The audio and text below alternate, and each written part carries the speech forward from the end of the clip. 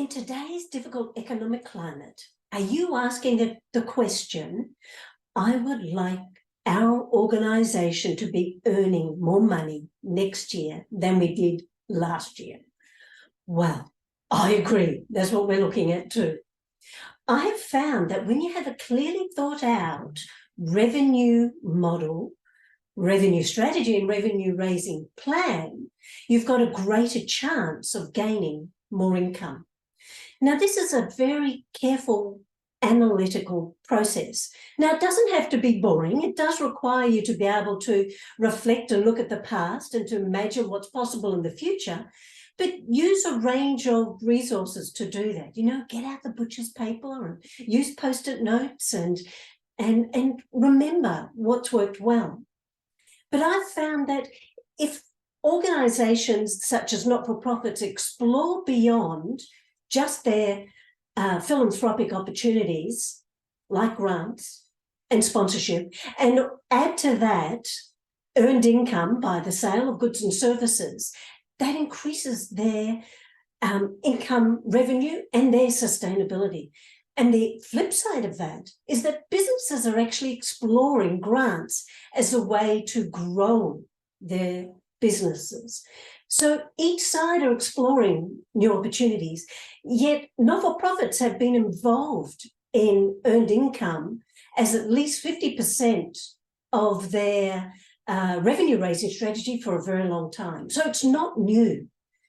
So let's explore what those 4 stages are to be able to create your revenue raising plan.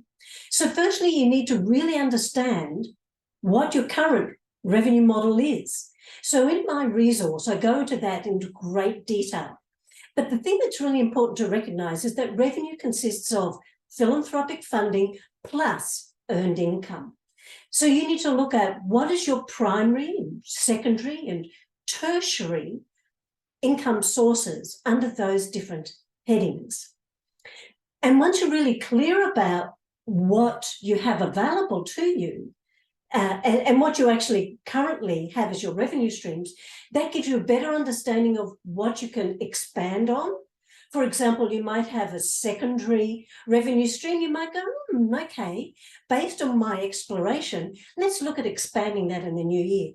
Or you might think, I'd like to actually look at a new revenue stream. But to be able to do that, it's important to understand the range of revenue streams available. So that's the second stage. And what I presented is 7 revenue rivers, which are a number of revenue streams. And the first 3 collected under the heading of philanthropic rivers. So that means grants, individual contribution, and corporate contribution. Each of those has a number of revenue streams available to you. And I explore that in greater depth in the resource. Then the next 4 revenue rivers and streams available to you are what I called enterprising streams. And so the first is earned income. And there's a number of possibilities under earned income. So that could be subscriptions. That could be the sale of goods and services. That could be professional services like consulting. Lots of different options under that heading. Then there's resource recycling. So that means the range of opportunities in actually recycling products that would have been considered as waste. Now, I've given that a separate heading because that's a really growing area in Australia. It's been around for a very long time. And examples of that is around food with OzHarvest, or it could be around op shops. So a lot of organisations actually sell clothing and goods through op shops. And those are just simple examples of resource recycling. And it's usually an earned income option. Then there's the partnership revenue stream where you actually work with other businesses or organisations to create revenue. And then there's the social impact investment. And we go into that more deeply in the resource. Once you actually get a sense of the range of revenue rivers and streams available, then you can choose the best one that suits you. So by understanding what you already do in terms of revenue options, that's the first step in that. Then you actually look at what other organisations are doing as a peer assessment and benchmarking against your organisation, and a bit of market analysis. And then when you actually get a better sense of which revenue stream you want to expand or to begin in 2023, you then actually have to consider, well, what are the costs and benefits enabled to do that? So what are the costs around? How much will it cost to be able to do that? What resources do you need to be able to do that? What other capability do you need to achieve that? What are the benefits in terms of what actual money that you come in compared to how much it costs to actually create that? Is the benefit really a benefit to your customers or your clients? Does it contribute to your organizational direction and mission? So it's exploring whether it's worthwhile to introduce this new revenue stream or expand.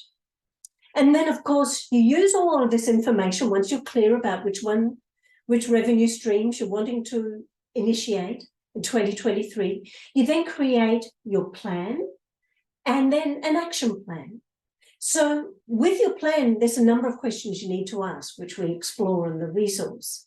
And then I actually provide a tool for your action plan, which includes a range of headings so that you can implement each of these revenue streams every month over the year.